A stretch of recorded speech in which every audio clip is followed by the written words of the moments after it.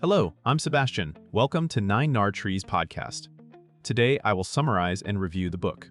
Creative Confidence by Tom Kelley argues that creativity is not a rare gift reserved for artists and inventors, but a practical capacity that can be learned, practiced, and strengthened. Drawing on the design thinking tradition associated with IDEO, the book reframes creativity as a mindset for solving everyday problems, from improving customer experiences to reshaping personal habits and career choices. A central idea is that many people lose confidence after early criticism or rigid schooling and then mistake that fear for a lack of ability. Kelley focuses on rebuilding confidence through small experiments, rapid learning, and a willingness to be imperfect. Instead of waiting for inspiration, readers are encouraged to take action, test ideas with real people, and treat setbacks as data. The book blends stories from business, education, and social innovation with concrete practices that help individuals and teams generate more ideas, collaborate more effectively, and turn insights into outcomes. I will give you key takeaways from this book. Firstly, creativity as a skill, not a gift. A major theme is the shift from seeing creativity as a fixed trait to treating it as a learnable skill. The book challenges the myth that only a few people are creative and shows how that belief becomes self-fulfilling. If you assume you are not creative, you avoid trying, and you never build capability. Kelley emphasizes that creative behavior can be trained through repetition, exposure to new inputs, and structured problem-solving methods. This framing also changes how people define creativity. It is not only about producing something artistic, but about generating useful, novel options and making better choices. In practical terms, this means learning to observe carefully, ask better questions, and explore multiple solutions before committing to one. It also means recognizing that creativity often emerges from constraints, not the absence of them. By practicing in low-stakes settings, such as improving a meeting format or redesigning a routine, readers can build momentum. Over time, small successes become evidence that fuels confidence, making it easier to tackle bigger challenges and contribute ideas in environments where they previously stayed silent. Secondly, overcoming fear, criticism, and the inner judge, the book highlights that the main barrier to creative action is often fear rather than a lack of ideas.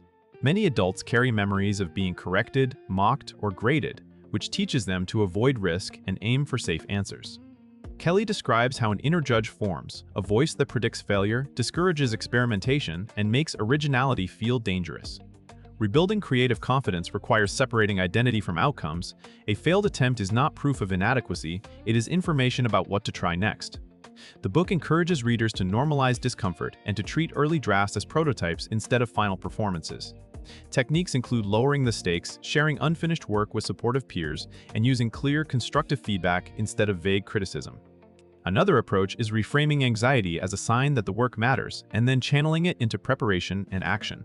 By confronting fear in small steps, such as speaking up with one idea in a meeting or testing a simple concept with a user, people develop resilience.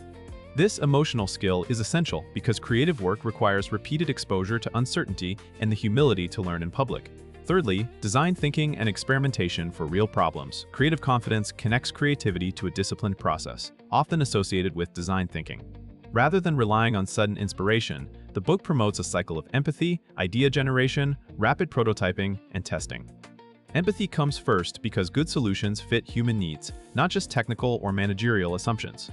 Readers are encouraged to observe behavior, conduct informal interviews, and look for contradictions between what people say and what they do. Once insights are gathered, the goal is to generate many options, including unconventional ones, because early filtering can kill promising directions. Prototyping is positioned as a powerful shortcut to learning. A prototype can be a sketch, a storyboard, a role-play, or a simple mock-up. Anything that makes an idea tangible enough to discuss and evaluate. Testing with real users reveals what works and what confuses, enabling fast iteration. This approach reduces risk because it replaces big bets with small experiments. It also changes team dynamics by making the work about learning rather than defending opinions. Over time, organizations and individuals can build a habit of continuous improvement, leading to smarter decisions and more innovative outcomes. Fourthly, collaboration, teams, and creative leadership. The book treats creativity as both individual and social. While personal confidence matters, many breakthroughs happen when diverse people build on each other's ideas.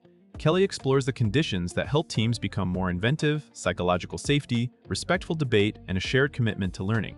Leaders play a key role by modeling curiosity, inviting participation, and rewarding experiments rather than only rewarding perfect results.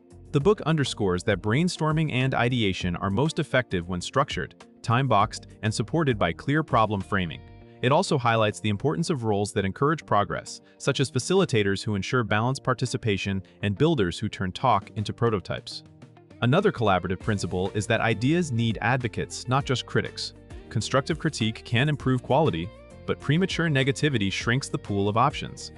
Creative leadership also involves making space for iteration, protecting time for exploration, and aligning innovation with a purpose that people care about. When teens adopt these habits, creativity becomes a repeatable capability rather than an occasional burst. The result is better problem-solving, stronger engagement, and an environment where people contribute beyond their job descriptions. Lastly, applying creative confidence to career and everyday life, a practical message of the book is that creative confidence is useful far beyond product design. It can reshape how people approach careers, relationships, health, and community challenges. Instead of viewing life choices as fixed paths, Kelley encourages a mindset of experimentation, try small moves, gather feedback, and refine direction. In career terms, this might mean prototyping a new role through side projects, informational interviews, or short-term collaborations before making a big switch. In personal life, it can mean redesigning routines, improving family communication, or finding new ways to manage stress and motivation. The book also points to the value of curiosity and observation as everyday tools. Noticing friction points, asking why something works the way it does, and imagining alternatives are skills that improve decision-making. Another emphasis is that creativity supports agency. When people believe they can generate options, they feel less trapped by circumstances and more capable of influencing outcomes. This shift can increase optimism and persistence, especially when facing complex problems that do not have obvious answers.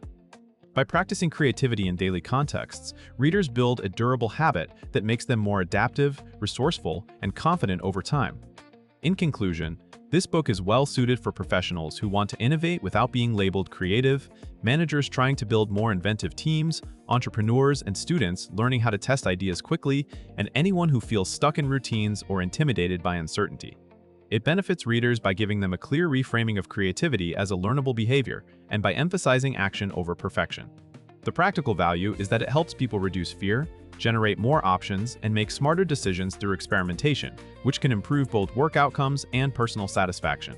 Compared to many creativity books that focus on inspiration or artistic expression, Creative Confidence stands out for tying mindset to a repeatable process associated with design thinking.